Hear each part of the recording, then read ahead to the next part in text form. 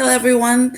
This week we were supposed to download an informed consent form from a local agency, and I chose the Triangle Wellness Counseling, their disclosure statement. And in North Carolina, instead of calling it an informed consent, we call it a disclosure statement.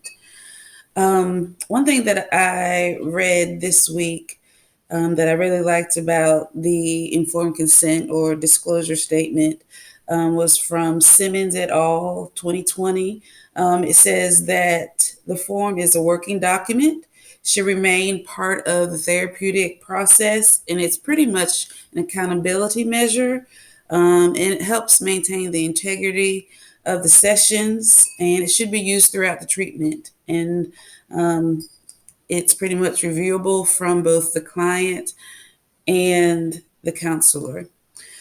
So, as I said, I downloaded from Triangle Wellness Counseling, and when reviewing it with the ACA, it did abide by or adhere to all of the guidelines for the ACA, and specifically the purposes, the goals, techniques, the limitations, potential risk, the benefits, talks about the fees and billing,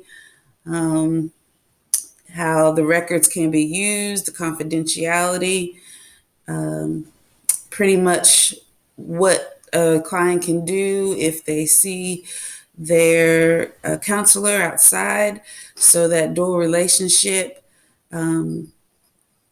So when comparing it to North Carolina Code of Ethics, one thing that I did see was that it is stated that prior to even performing the first service, that the client is provided this professional disclosure statement, and the licensee professional credentials, what the services are, and the fees, and other provisions required by our North Carolina board.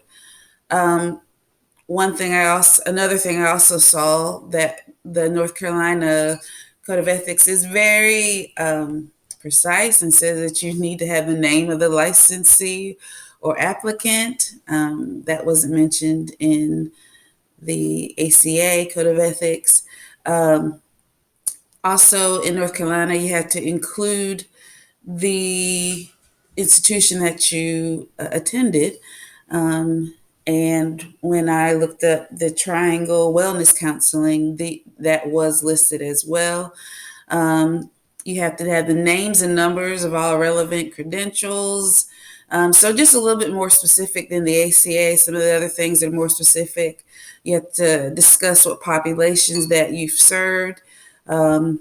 And again, as I reviewed the Triangle Wellness Counseling form, that it did pertain to this, or the lengths of sessions, the fees, that was again the same as ACA, but it just went a little bit more into detail that you have to provide the methods of payments, talks about insurance reimbursement, also the explanation of confidentiality.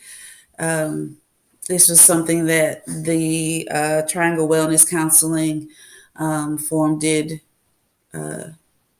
discuss.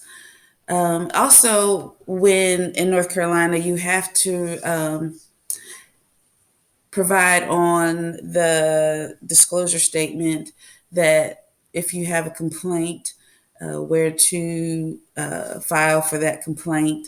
And so that is also provided. And it says in North Carolina that a current copy of the statement should be provided to the client prior to providing any counseling services, and that when you want to renew, you have to submit your disclosure statement again. And you should also retain this file for each client, or retain the form for each client. So there were some differences between the ACA and the state guidelines. Our state guidelines are a little bit more specific, and the Triangle Wellness Counseling disclosure statement did adhere to all the guidelines.